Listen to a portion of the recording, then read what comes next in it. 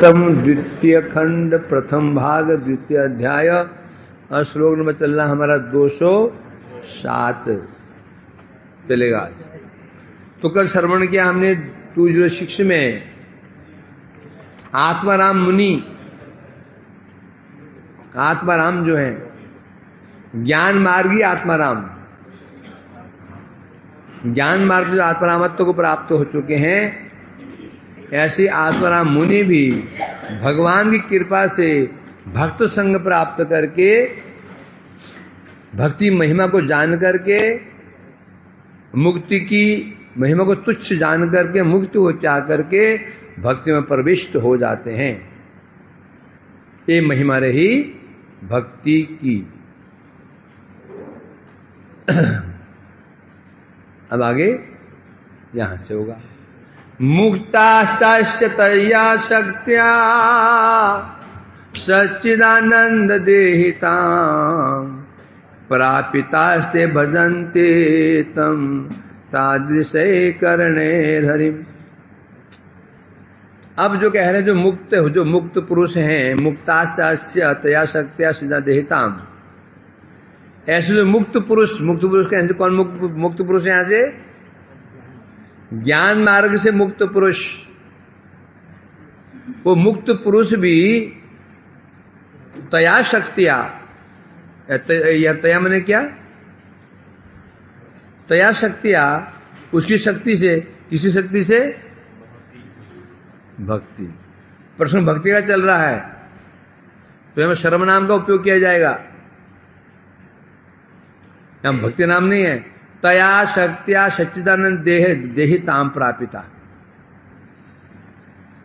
तो जो भक्ति देवी की कृपा से ऐसे मुक्त लोग, उन मुक्तों को भी सच्चिदानंद देहिताम प्रापिता, उन्हें सच्चिदानंद देह प्राप्त हो जाता है। और प्राप्त करके तादृशे करणे हरिम भजन्ते, तादृशे करणे, कर्ण मैंने क्या? कर्ता ने कर्म को करण, साधन, उपकरण।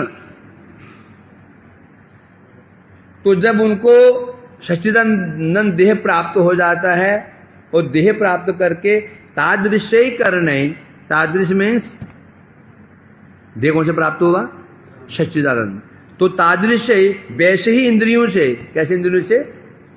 सच्चिदानंदमय इंद्रियों से भजनते हरिम, हरि का भजन करते हैं। कार्य जैसा होगा, कार्य जैसा होगा कर्ण भी वैसे ही होगा। कर्ण मैंने कार्य करने के उपकरण, कार्य जैसा होगा कर्ण भी वैसे होगा, और कर्ता भी, क्रिया भी वैसे होगी। क्रिया जैसी होगी, कर्ण भी ऐसे होगा, और कर्ता भी वैसा ही होगा। क्रिया यदि जड़ है तो उपकरण कर्ण जड़ होगा, और कर्ता करने वाला भी जड़ ही होगा। क्रिया यदि चित्त है, भक्ति अनुष्ठान चित्त है, चित्त क्रिया है, तो उपकरण कैसे होंगे? चित्त। उपकरण कहने से जितने इंद्रिय आदि उपकरण, और करने वाला कर्ता कौन होगा? वो भी चित्त होगा। तो इसे कह रहे हैं यहां पर, क्योंकि सच्चिदानंद देह प्राप्त हो जाता है, उसको प्राप्त करके फिर वो अपराकित देह से, अपराकित इंद्रियों के द्वारा हरि का भजन करते हैं। कैसे भजन करते हैं? कौन सा भजन करते हैं? श्रवण कीर्तन आदि रूप भजन। भक्ति भजन क्या है? श्रवणम कीर्तनम विष्णु पाद आदि, ये भक्ति करना शुरू कर देते। ये सामान्य अर्थ हुआ। टीका में कहने हैं यदि कोई आपत्ति कर दे, इसमें कोई आपत्ति उठा दे कि शुद्ध मुक्तगण भगवान का भजन करते हैं, ये सत्य है, परंतु समस्या कहां पर? समस्या ये है, जब वो मुक्त हो जाते हैं तो तब तो उनका आकार ही नहीं रहेगा, शरीर नहीं रहेगा, इंद्रियां नहीं रहेंगी, तो श्रवण कीर्तन कैसे करेंगे? मुक्ति अवस्था में क्या होता है, उन ज्ञानियों का उनका आकार समाप्त हो जाता है, निर्विशेष होकर के निर्विशेष में मिल जाते हैं। निर्विशेष होकर के, निर्विशेष मीन्स नाम रूप गुण क्रिया विहीन, नाम रूप गुण क्रिया शक्ति विहीन होकर के निर्विशेष मिल जाते हैं। अब बता रहे हैं यहां पर, जब वो मुक्त व्यक्ति, जब उनका आकार ही नहीं है, देह इंद्रिय ही नहीं है, तो श्रवण के लिए क्या चाहिए, कान चाहिए, कीर्तन के लिए क्या चाहिए, मुख चाहिए, वंदना के लिए मुख चाहिए, आदि आदि उपकरण चाहिए, भक्ति अनुष्ठान करने के उपकरण चाहिए।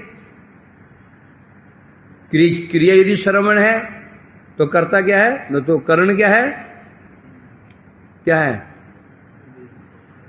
क्या है, करण है।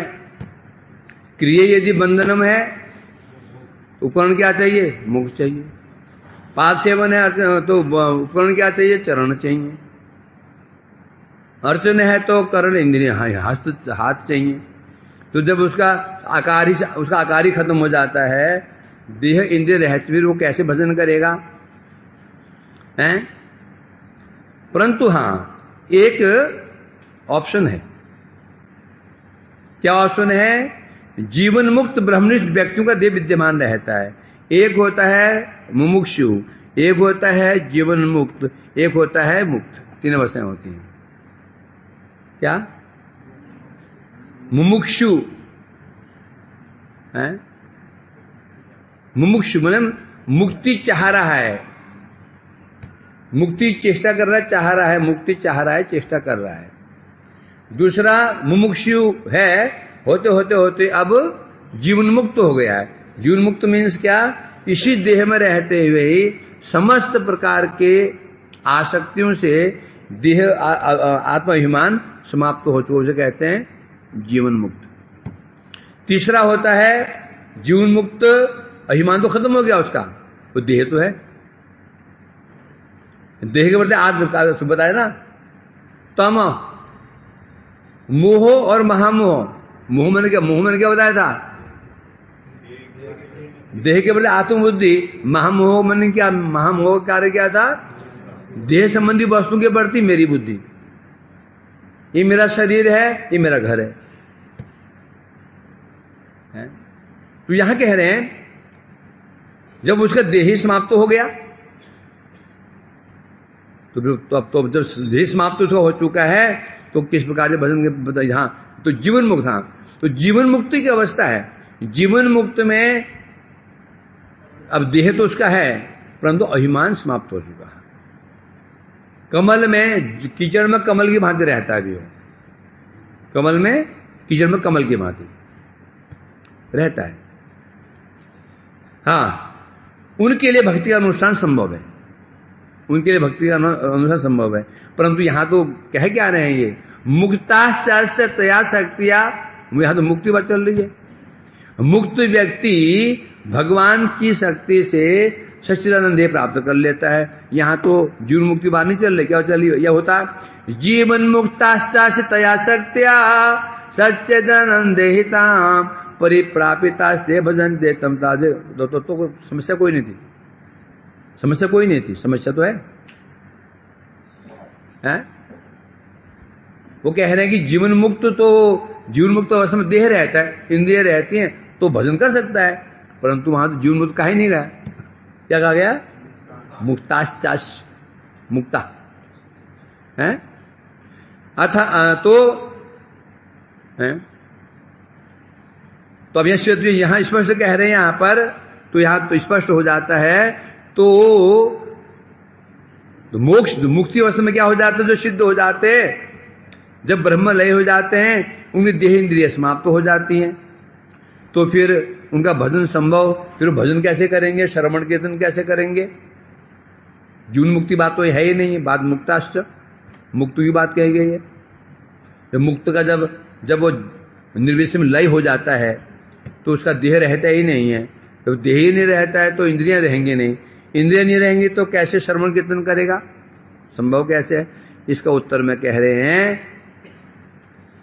क्या कह रहे हैं, हे महाभाग,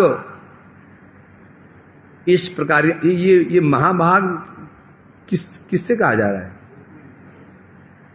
ये महाभाग कौन कह रहा है, किसको कह रहा है? श्रीमद् भागवतम भक्ति प्रायण उपनिषद कह रहे हैं गोकुमार से, हे महाभाग। क्या बोल रहे हैं? हाँ? क्या कह रहे हैं? कौन बोला? ब्रह्मा जी हैं?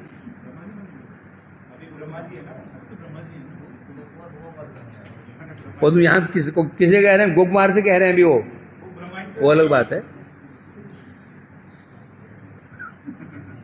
ऊपर की बैठा हुआ है सारे पेशेंट, मरीज, सारे पापी तापी सब गोड़ी मठ में। पापी थे ना सब, ये कमर दर्द है कि तो जवान हट्टे कट्टे, ये हाल इस जगह मिलती, पापियों को गोड़ियों में जगह मिलती है। ठीक है, पाप किया तो भोगना पड़ेगा। तो कह रहे महाभाग ऐसी आशंका मत करो, क्योंकि समस्त मुक्त जन पूर्व सिद्धांत के अनुसार ब्रह्म लय होने पर भी भिन्न भिन्न सत्ता में विद्यमान रहते हैं। पूर्व सिद्धांत क्या? पूर्व सिद्धांत के अनुसार बता रहे हैं मुक्त जन भी ब्रह्म लय होने पर भी उनकी भिन्न भिन्न सत्ता विद्यमान रहती है। पूर्व सिद्धांत क्या है?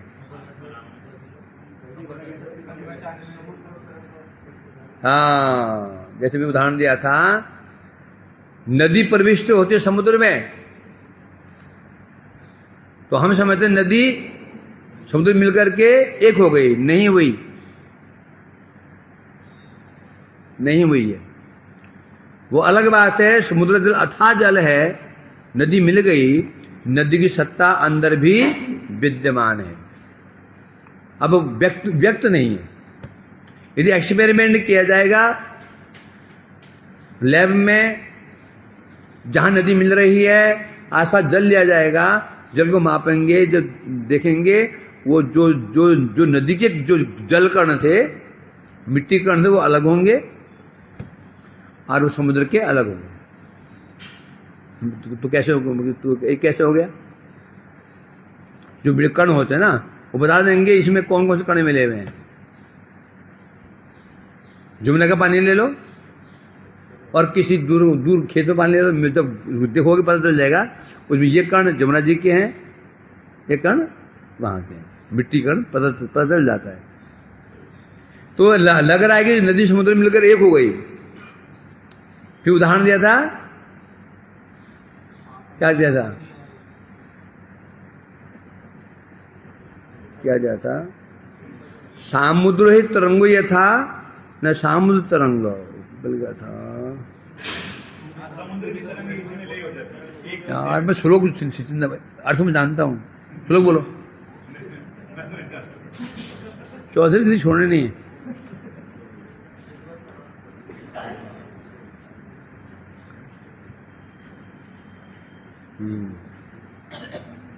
सामुद्रो ही तरंगो यथा न समुद्र तारंग। दो एग्जाम्पल दे दो उसमें से। इस समुद्र का है तरंग और समुद्र का क्या? समुद्र से तरंग है, तरंग से समुद्र नहीं है।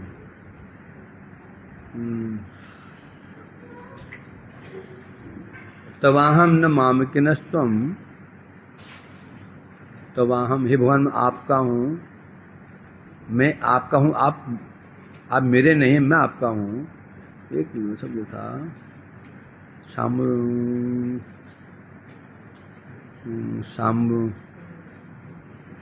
तवाहम, मैं आपका हूं। उदाहरण दे दो दूसरा। तो उदाहरण दिया तो क्या बता रहे हो? क्या? ममा अहम तवाहम न माम की नस्तम, तवाहम, मैं आपका हूं, मैं आपका हूं, आप मेरे नहीं हैं। क्या कह रहे हैं? मैं आपका हूं, आप मेरे नहीं, अर्थात आपसे मैं हूं, मुझसे आप नहीं है। फिर उदाहरण दिया तरंग का, तारंगो ही समुद्र यथा। समुद्र क्या है? समुद्र से तरंग है, न समुद्र तारंग। तो तरंग क्या है? समुद्र का एक अंश मात्र है। क्या है? तरंग समुद्र का एक अंश मात्र है। और जब तरंग उठती है तो अथाह समुद्र के एक भाग में मिल जाती है, पूरे समुद्र में नहीं मिलती। याद है कि नहीं? जब तरंग उड़ती है तो सामने आते आते आते आते तो सामने ही पटक करके वो मिल जाती है, सब जगह नहीं मिलती हो। और वहां पर कुछ दूरी पर अन्य तरंग उठ रही है, वह अन्य कई तरंगें उठ रही हैं, एक तरंग नहीं है। तरंगे असंख्य तरंगे हैं और सभी तरंगे एक निश्चित स्थान पर ही मिल रही हैं। उसी प्रकार से जीव असंख्य हैं। जो लय होगा, लोग लय होगा कहते हैं, सब जीवों की सत्ता अपने अपने अपने स्थान पर विद्यमान रहती है। इस सिद्धांत के अनुसार बता रहे हैं ब्रह्म में लय होने पर भी भिन्न भिन्न सत्ता में विद्यमान रहता है। जब जीव, मायावादियों के अनुसार जीव लय हो जाता है, लय किसमें निर्विषय में लय हो जाता है, लय होने पर भी उन सबकी सत्ता भिन्न भिन्न रहती है, दिखाई नहीं पड़ रही, अलग बात है। जो समुद्र में 3-4 नदियां मिल रही हैं, 10 नदियां मिल रही हैं, सब नदियां विद्यमान है, समुद्र में विद्यमान है, परंतु व्यक्त नहीं है। इसलिए कह रहे हैं, ये भागवत में कह दिया गया है, 6वां स्कंद 24वां अध्याय 5 नंबर श्लोक। मुक्तनापि सिद्धानाम नारायण परायण। बोलो,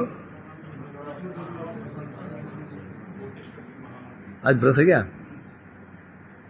आज व्रत है क्या? व्रत था, व्रत उपवास था। आवाज क्यों निकल रही है? मुक्त क्या बता रहे हैं? मुक्ता अपि सिद्धा नाम, मुक्ता नाम अपि सिद्धा नाम नारायण परायण। शब्द क्या है? मुक्ता नाम सिद्धा नाम, जो सिद्ध हो चुके हैं। सिद्ध मीन्स जीवन मुक्त को सिद्ध नहीं कहेंगे, जीवन मुक्त भी सिद्ध नहीं हुआ, देव का भी है। तो मुक्त दूसरे कह रहे हैं जो सिद्धू में जो मुक्त हो चुके हैं, सिद्ध हो चुके हैं, मुक्त हो चुके हैं, उनमें भी नारायण परायण लोग हो गया ना। नारायण परायण में क्या होता है? क्या आता है? नारायण परायण का अर्थ क्या होता है? नारायण परायण का अर्थ क्या होता है? नारायण ही परम अयन है जिनका, नारायण पर अयनम यस्य सो नारायण परायण। अर्थात भगवान नारायण जिनके एकमात्र आश्रय हैं, उसे कहते हैं नारायण परायण। किनके लिए आया की बात? किनके लिए आई है? मुक्ता नाम अपि सिद्धा नाम, जो सिद्ध हो चुके, मुक्त हो चुके हैं, सिद्धि हो गई, मुक्त हो चुके हैं, वे नारायण परायण होते हैं। तो यहां पर स्पष्ट हो गया। तो यहां किसके लिए बात कही गई है? जो मुक्त हो चुके हैं, जीवन मुक्त नहीं, या मुक्त की बात चल रही है। वो कैसे होते हैं? सुदुर्लभ, अत्यंत दुर्लभ होते हैं। कैसे होते हैं? प्रशांत आत्मा, प्रशांत चित्त भक्त होते हैं, वैसे दुर्लभ होते हैं। अब यह स्पष्ट है इस श्लोक में। क्या क्या? सिद्ध नाम शब्द के प्रयोग से जाना जाता है, या सिद्ध शब्द है, सिद्ध है वो। सिद्ध मीन्स मुक्त हो चुके हैं, सिद्ध मीन्स जो मुक्त हो चुके हैं। तो यहां स्पष्ट है, तो सिद्ध ये बता रहे हैं। तो ऐसे सिद्धगण मीन्स जो मुक्त हो चुके हैं, वो मुक्त गण भी नारायण परायण हो जाते हैं, मीन्स नारायण का भजन करते हैं। क्या मतलब क्या? नारायण पर क्या होता है? नारायण परायण क्या हो गया? नारायण परायण उनका श्रवण करते हैं, कीर्तन करते हैं, स्मरण करते हैं, वंदन करते हैं। ऐसे मुक्त लोग भी करते हैं। तो यह सिद्ध हो गया। सिद्ध मुक्त गणों में ये शब्द है, ये सिद्ध हो जाता है कि तो मुक्त हो गए। मुक्त हो गए मतलब ब्रह्म लय हो गया, ब्रह्म में लय हो गया। लय होने के पश्चात भी उनकी सत्ता पृथक विद्यमान है, तभी तो जब उनकी पृथक सत्ता पृथक रहेगी तभी तो नारायण का भजन करेंगे। यदि मिलकर एक ही हो गए, अपनी सत्ता ही खो बैठे, अपनी सत्ता ही खो देंगे तो अभी भजन कैसे करेंगे? ऐसे अनेकों प्रमाण हैं जो सिद्ध कर देते हैं मुक्ति के पश्चात भी स्वरूप विद्यमान रहता है। मुक्तापि लीलया है विरुकृतवंता कृत्वा भगवंतम भजन्ते। मायावाद गुरु कौन है? शंकराचार्य ने कहा, यह सिद्ध हो गया। तो अनेक प्रमाण हैं मुक्ति के पश्चात भी जीव का स्वरूप विद्यमान रहता है।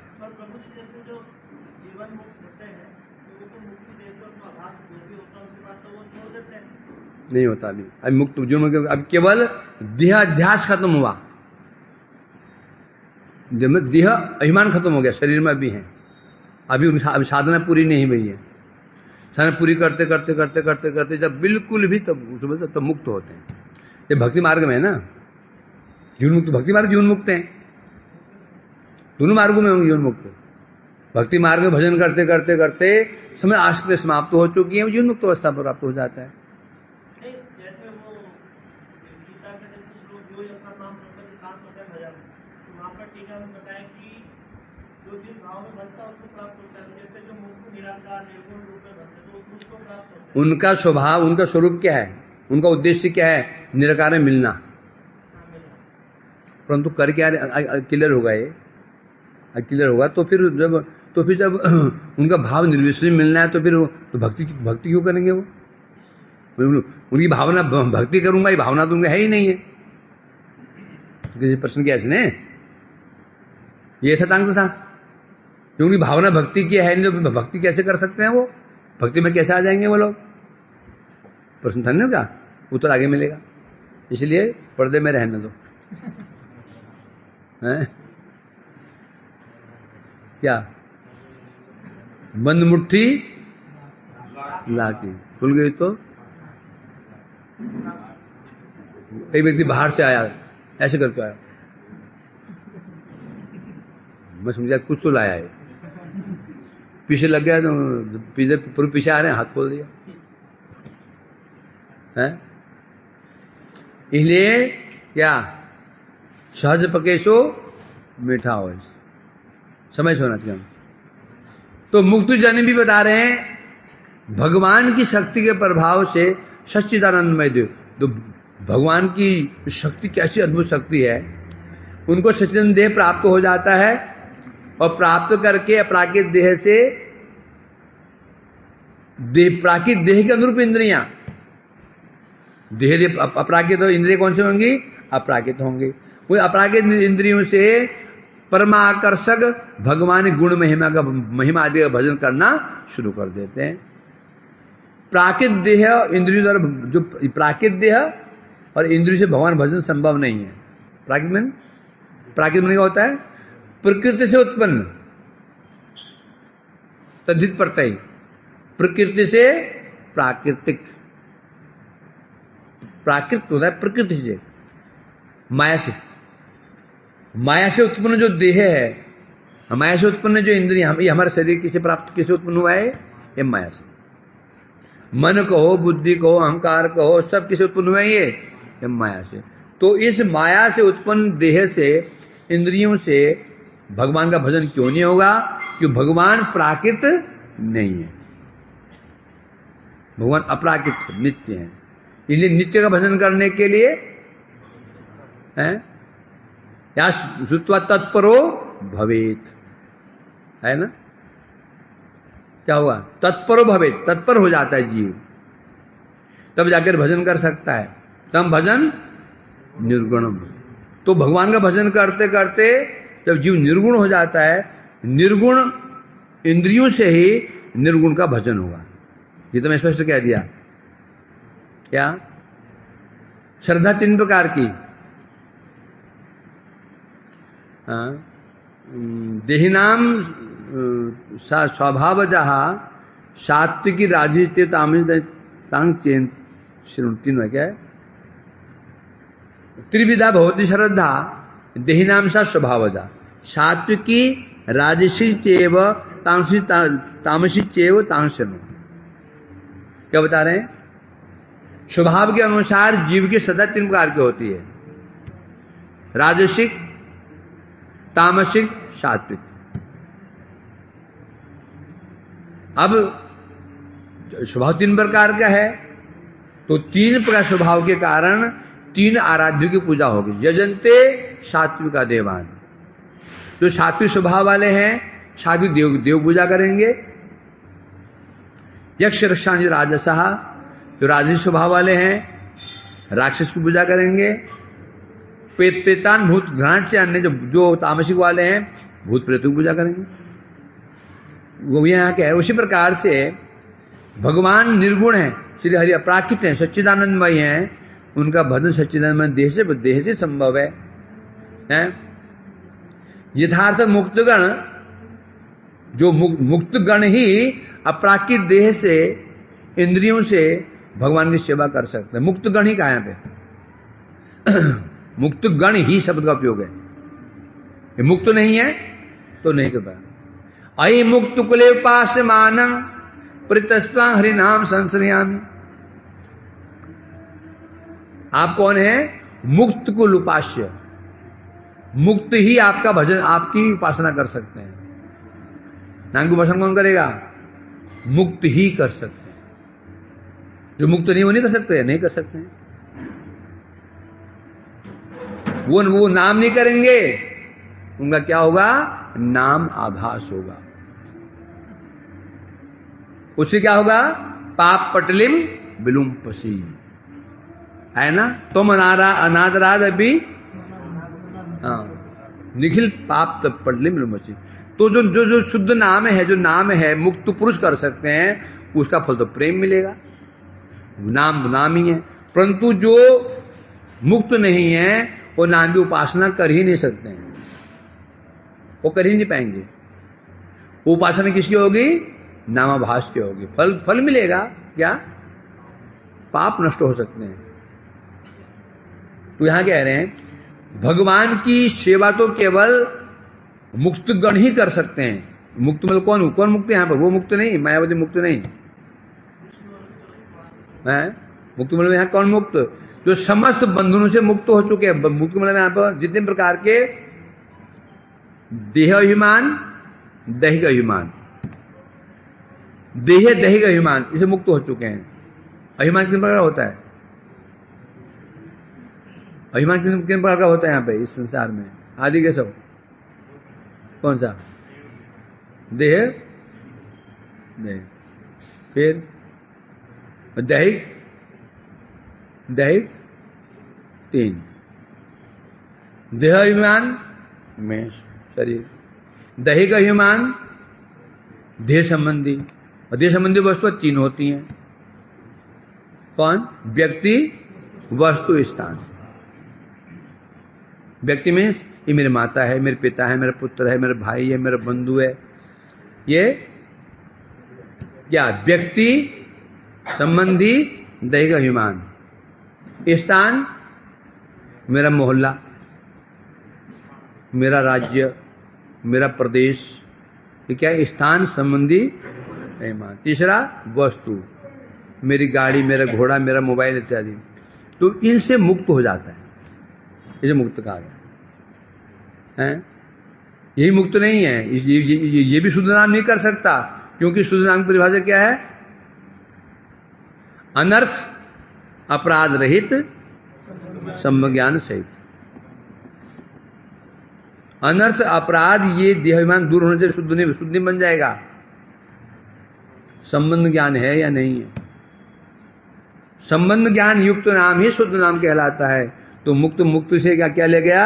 विष्णुर अनुचरत्वम ही मोक्ष माहु मनीषिणो।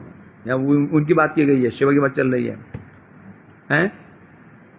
पर भगवान की कृपा से ये जो मायावादी ऐसे होते हैं, इनको भी सच्चिदानंद देह प्राप्त हो जाता है। यही भगवान की शक्तियां, ये शक्ति है।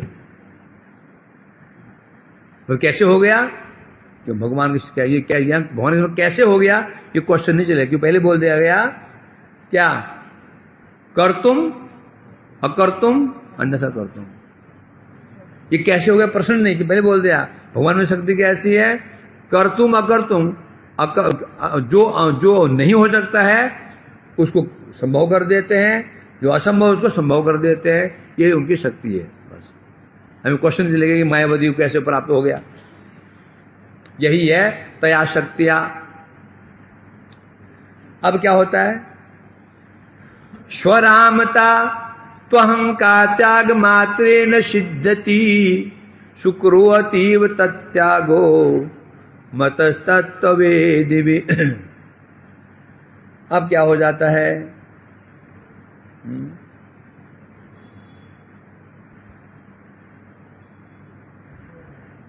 हाँ, अब वो व्यक्ति जो ज्ञानी व्यक्ति था, जब उसको भक्ति प्राप्त हो गई, अब क्या होता है, अहंकार त्याग मात्र सिद्धति स्वरामता है। अब इस स्वरामता उपलब्धि कैसे होगी, स्वरामता आत्मरामता, आत्मरामता की उपलब्धि कैसे होगी जीव को, बता रहे हैं अहंकार त्याग मात्र। जो अहंकार है ना, अहंकार मीन्स मैं राजा, मैं शरीर आदि जो अहंकार है, इसका त्याग करने मात्र से ही किसी व्यक्ति को जो आत्मरामता उपलब्ध होती है, हैं? आप क्या बता रहे हैं, वैसा अहंकार त्याग अत्यंत सुखकर है। जो ऐसे अहंकार का त्याग करना अत्यंत सुखकर देखो सुकरो अतीव मिस्टेक है, सुख करो था, शुक्र कर दिया। शुक्र ईश्वर कहां जाएगा, सुख करो अतीव तत्यागो मतस तत्व वेदिवी। तो जो तत्व को जानने वाले वो लोग कहते हैं कि जो अहंकार त्याग अत्यंत सुखकर है, जो त्याग कर देता है आत्मरामता प्राप्त हो जाती है। छोटा सा इतना सा है। और अब टीका मन किसकी कितने, 1-2 बजे टीका है इसकी। टीका ही हमको उलझा देती है। अब इसको आपत्ति करे, यदि जो भक्तिमान अनुरक्त जन है, अनुरक्त लोग हैं, उनके मतानुसार बिना भक्ति कुछ सिद्ध नहीं होता। भक्त लोग क्या बोलते हैं, बिना भक्ति कुछ सिद्ध होगा ही नहीं, कहते हैं ना हम लोग। ये सब साधनेर अधि तुच्छ फल, भक्ति बिना दिते नारे बल, सफल दे भक्ति परम फल। अजगल स्थान न्याय ये सब साधन अतएव ये सब छाड़ी हरि भजे बुद्धिमान जन, कहते ना। कर्म ज्ञान योग दान ध्यान जिन्हें साधन कैसे हैं, अजागल बकरे गले में थन होता है, बकरा है ना, बकरा उसे गले में एक मांस पिंड होता है छोटा सा, कई बार उसको थन क्या है, भाई क्या है, थन बोलते हैं। थन है क्या वो, थन किसी के जैसे दूध निकलता हो, उसे दूध नहीं निकलता, थन नहीं है वो, पर आकार थन का जैसा है। तो ये साधन ही नहीं है, कर्म ज्ञान योग ये साधन ही नहीं है। तो साधन क्यों बोलते, साधन जैसे हैं, जैसे क्यों बोला, क्योंकि साधन में चेष्टाएं होती हैं। साधन में चेष्टा करते ना, में चेष्टा की जा रही है, तो साधन जैसे है, साधन नहीं है ये। वो साधन क्यों नहीं है, थन किसे कहते हैं, किसे कहते हैं, दूध निकलता हो। साधन किसे कहते हैं, जो अपना साध्य दे दे, साधन किसे कहेंगे, हैं? नौकरी किसे कहते हैं, पैसे दे दे, ना दे तो कार सेवा है, क्या है, सेवा है, हैं? और भंगी केवल 1.5-2 घंटा आती है और 5,000 रुपये चली जाती है, और तुम्हें हम बर्तन मसमत में हाथ घिस गए, हैं? समझे क्या नहीं। तुम क्या करती हो, जो नौकरी करती हो, मुझे बोले स्नान तू क्या करता है, हैं? सेवा। तू नौकरी क्यों नहीं बोली, मैंने कहा तूने नौकरी क्यों नहीं बोली, नौकरी उसे कहते हैं जिसमें रुपये मिलता है, ये तो गवर्नमेंट रुपये देते ही नहीं है, तो मैं सेवा कर रहा हूं,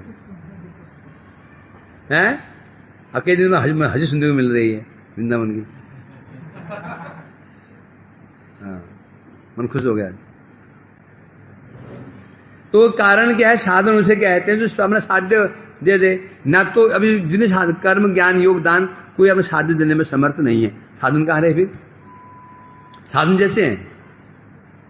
हाँ, जब भक्ति की सहायता मिल जाती है फिर अपना फल दे रहे हैं। तो जब भक्ति की सहायता से फल दे रहे हैं तो फल किसका हुआ वास्तव में? क्या हुआ? वो भक्ति का गौण फल हुआ। भक्ति का गौण क्या फल हुआ? वो गौण फल हुआ। वो फल कोई भी नहीं कहेगा ये फल ज्ञान का फल है। बुद्धिमान व्यक्ति बोलेगा नहीं, ये जो ज्ञानी को जो फल मिला, कर्मी को फल मिला, ये फल किससे मिला? भक्ति से मिला। तो इसलिए कह रहे हैं तो जैसे हम यहां कह रहे हैं, जे भक्त लोग कहते हैं कि भक्ति के बिना कोई साधन सिद्ध नहीं होता, जैसे हम कहते हैं सिद्ध नहीं होता। तो फिर ब्रह्मलोक आदि रूप महाविभूति की प्राप्ति से भी श्रेष्ठ, जब भक्ति के बिना स्वर्ग प्राप्त नहीं हो सकता, ब्रह्मलोक ब्रह्म जी के पद प्राप्त नहीं हो सकता, तो ब्रह्म पद से भी ऊपर क्या है? मोक्ष, आत्मरामता। तो ये कैसे प्राप्त हो जाएगा? जब भक्ति के बिना सामान्य जागतिक सुख प्राप्त नहीं हो सकता, स्वर्ग प्राप्त नहीं हो सकता, ब्रह्मलोक प्राप्त नहीं हो सकता, उससे ऊपर जो आत्मरामता, बिना भक्ति सिद्ध कैसे हो जाएगा? है? तो बता रहे हैं, यदि कहो भक्ति के द्वारा ही, यदि कोई कहे नहीं भक्ति के द्वारा ही आत्मरामता सिद्ध होती है, कोई कहे नहीं भक्ति के द्वारा ही आत्मरामता प्राप्त होती है, तो भी समस्या आ जाएगी। तो आत्मरामगण भक्ति करें क्यों कहेंगे? जब आत्मरामता भक्ति से सिद्ध होती है, आत्मराम बन गए हैं, तो उन्होंने भक्ति की होगी, तो क्यों कह रहे हैं फिर आत्मराम को भक्ति करनी पड़ेगी? जब आत्मरामता भक्ति से प्राप्त होती है तो भक्ति है, अवश्य भक्ति है। जब भक्ति से आत्मरामता प्राप्ति हुई, फिर क्यों बोलेंगे जो आत्मराम है उन्हें भक्ति करनी चाहिए? हैं? यहाँ बैठ जाइए, आज हम सुन लेते हैं। इसे कहते हैं सर्वज्ञ। मैं क्या बोलने वाला हूं वो समझ जाते हैं। भक्ति के बल है, ये समस्या हो गई है। अब इस संगति कैसे होगी? एक तरफ कह रहे हैं भक्ति से आत्मरामता प्राप्त होगी, भी आत्माराम भक्ति भी करते हैं। जब आप भक्ति से आत्मरामता सिद्ध हुई, तो फिर उनके लिए क्यों कहा जाए आत्माराम भी भक्ति भी करते हैं? ये संगति कैसे हो सकती है? क्योंकि उनमें भक्ति तो पहले ही विद्यमान है। जब भक्ति से आत्मरामता प्राप्त हुई, भक्ति उनमें विद्यमान है, क्यों बोलते हैं कि वो भी भक्ति भी करते हैं? अथवा ऐसा भी कहा जा सकता है, परम पुरुषार्थ रूप जो आत्मरामता है और भक्ति द्वारा ही सिद्ध होती है। एक ऑप्शन में बता रहे हैं, ऐसे भी कोई कह सकता है जो परम पुरुषार्थ रूप आत्मरामता है और भक्ति के द्वारा ही सिद्ध होती है। जैसे एग्जांपल दे रहे हैं, जैसे महाप्रलय के समय जो महाप्रलय हुई थी, उसमें जीव के जो संस्कार थे, जैसे संस्कार थे, उन संस्कारों से युक्त होकर के वो जीव सूक्ष्म देह से भगवान में प्रविष्ट हुआ। फिर पुनश्च कल्प के प्रारंभ में फिर वो जीव जो जैसे पूर्व अवस्था में थे, उसी अवस्था में वे फिर उनकी सृष्टि होती है। वो जो उनके संस्कार सुप्त थे पहले, वही संस्कार फिर से उदित हो उठते हैं। सिद्धांत यही है। सपोज अभी प्रलय हो जाए, अभी जब हम कथा सुन रहे हैं, हमारे संस्कार कैसे हैं? भक्ति संस्कार अनुशीलन कर रहे हैं। कोई समय कुछ कहीं वो मैदान में कोई कबड्डी खेल रहा होगा, कोई क्रिकेट खेल रहा होगा, उनके संस्कार ओ टाइप के हैं, है ना। कोई कैसे संस्कार, कोई जाके वो अड्डू के आगे पड़े होंगे, लंबे पड़े होंगे, टेढ़े मेढ़े दीपा करके पड़े होंगे, उनके भी संस्कार है। और प्रलय हो गई, अब शरीर समाप्त हो गया, संस्कार समाप्त होंगे नहीं, और संस्कार वैसे बने रहेंगे।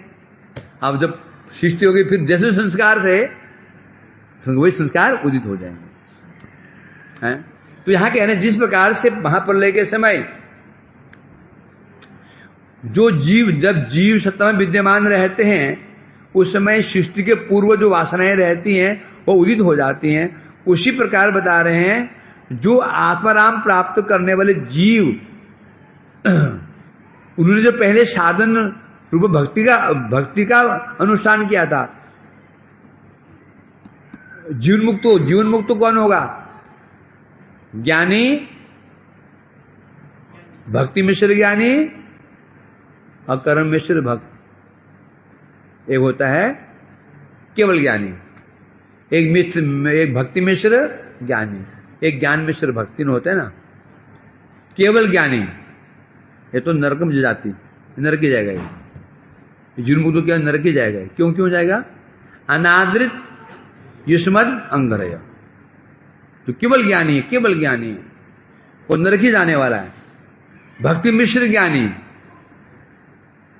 जो कुछ भक्ति अनुष्ठान भी कर रहा है, भगवान को मान रहा है, अनुष्ठान कर रहा है, वही कह रहे हैं क्योंकि साधन अवस्था में उसने भक्ति का अनुष्ठान तो किया ही था, वो संस्कार गए नहीं, वो संस्कार गए नहीं उसके अंदर संस्कार। तो मुक्त होने के संस्कार तो अंदर बने ही हुए हैं, उसी संस्कार के अनुसार उसका भक्ति संस्कार बना रहता है, और वही भक्ति वासना उदित होकर के वही संस्कार उसको भगवान की भक्ति में प्रवृत्त करा देती है। क्लियर होगा कि नहीं बात?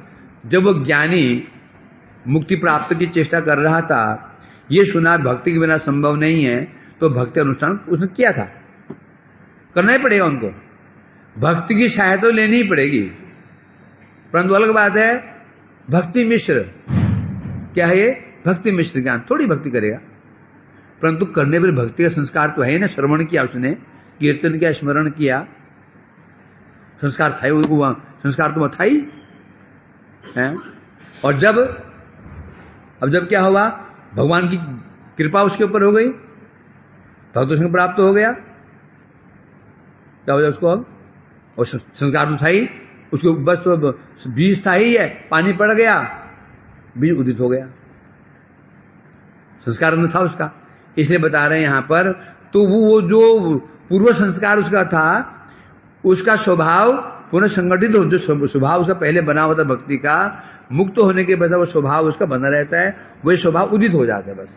इसलिए वो भक्ति करना शुरू कर देता है। तो इसमें कोई असामंजस्य नहीं है, सामंजस्य बढ़िया हो गया।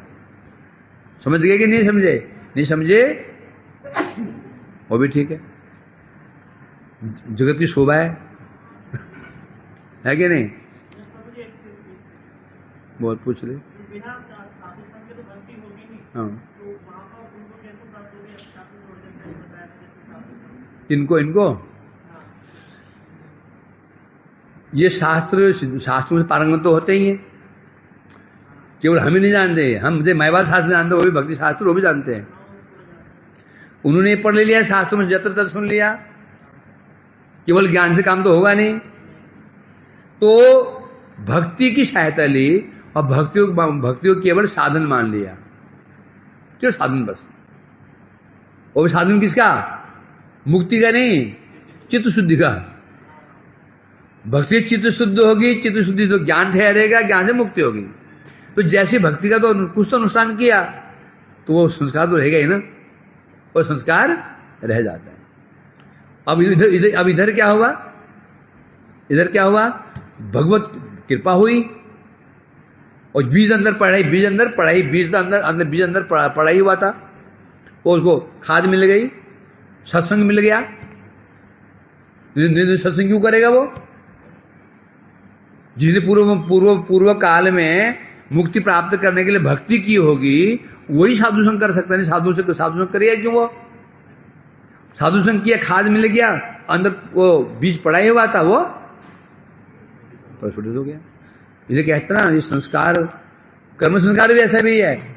यदि हम कभी कर्म कर देते हैं और संस्कार बन जाता है, इसलिए बहुत सोच समझ करके दान करो, व्रत पुण्य करो, कि ऐसा ना हो जाए संस्कार बन जाए।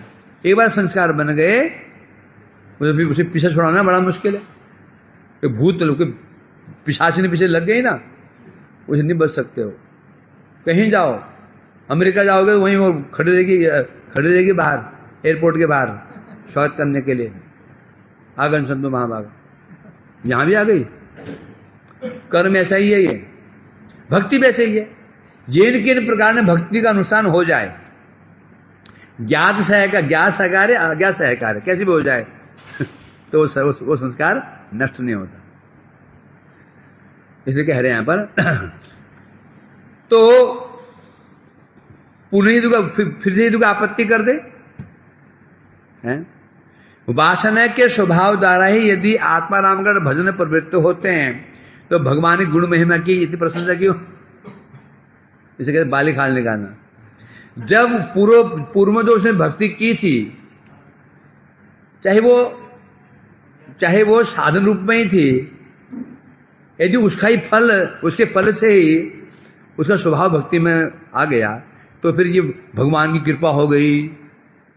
भगवान गुणों की महिमा इन्हें क्यों की जा रही है? उत्तर में कह रहे हैं, अहो श्लोक होगा ऐसे कहीं,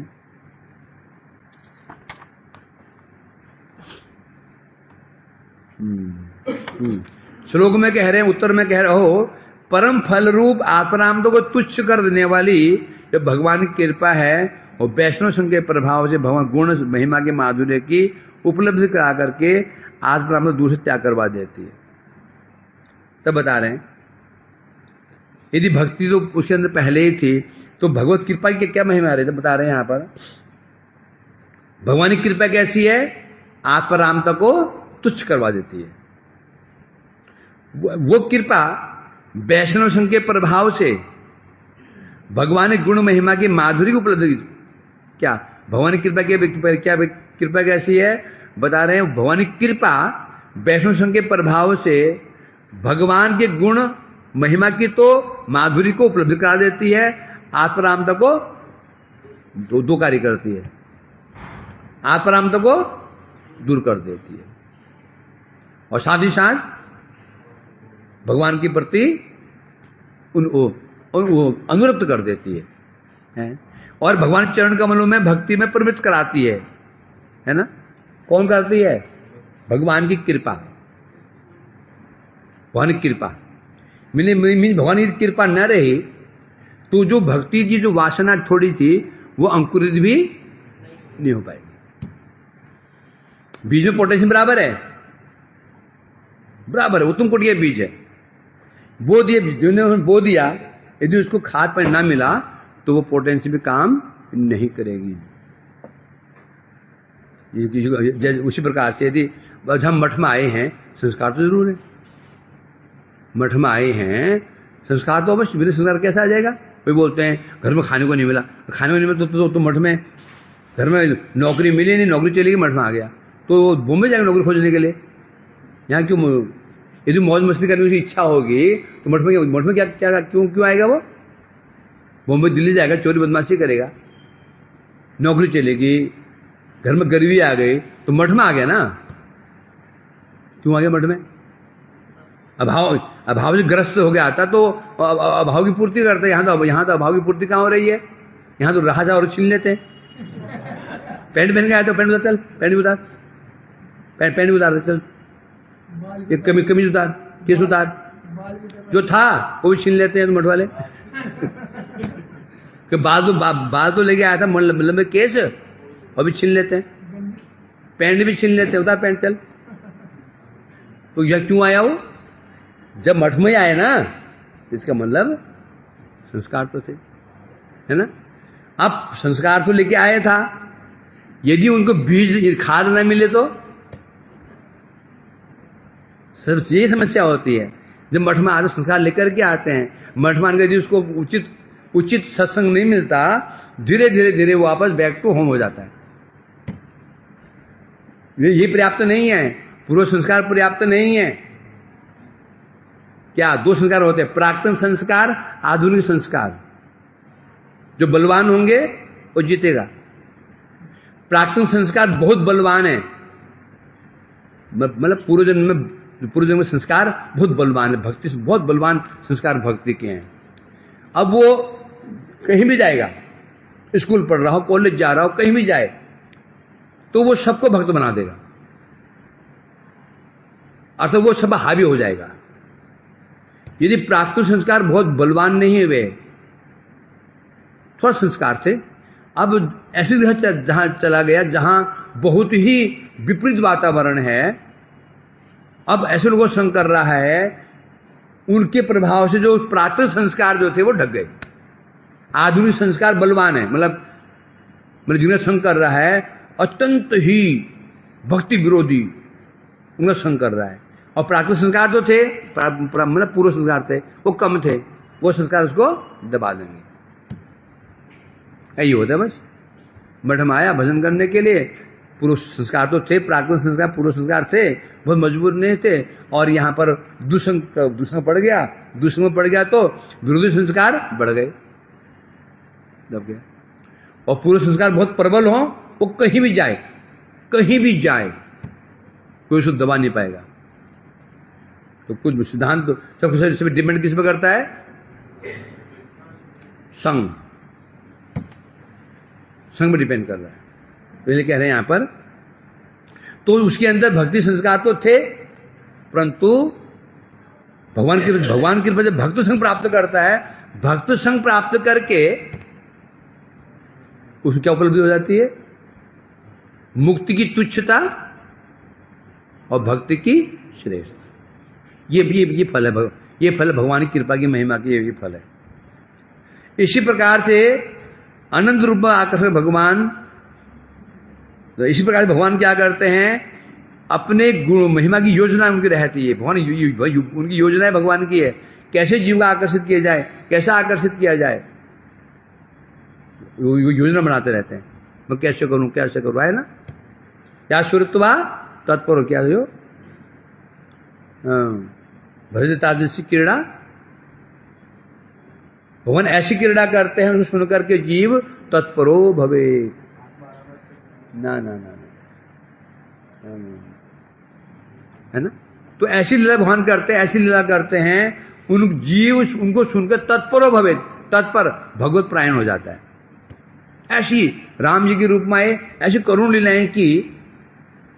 अब जो है ना अभक्त है, अभक्त भी उनको पूजता है, किस रूप में? आदर्श राजा के रूप में, आदर्श पुत्र के रूप में। अब ये जैसे पूजे उधार हो जाता है। महाप्रभु रूप में आए, आदर्श दिखाए, सन्यासी का आदर्श दिखाया, गिरिजन शिक्षक, न्यासी कुल नायक। जो भगवान नहीं मानते हैं, हम सन्यासी हो तो चैतन्य जैसा, गृहस्थ हो तो निमाई जैसा, ऐसे भी ये भगवान की योजना रहती है, कैसे इनको फंसाया जाए। वो भगवान फंसाने के चक्कर में, और हम चतुर हैं। आप चेष्टा कर लीजिए, जाल में आप जाल से निकल जाएंगे, हैं? आप डाल तो आपको चैलेंज है, हमारा चैलेंज है, कोई कर दे, ऐसे कैसे कह रहे हैं। कुछ और भी कह रहे हैं, भक्ति का फल आत्माराम समाप्त तो होता है,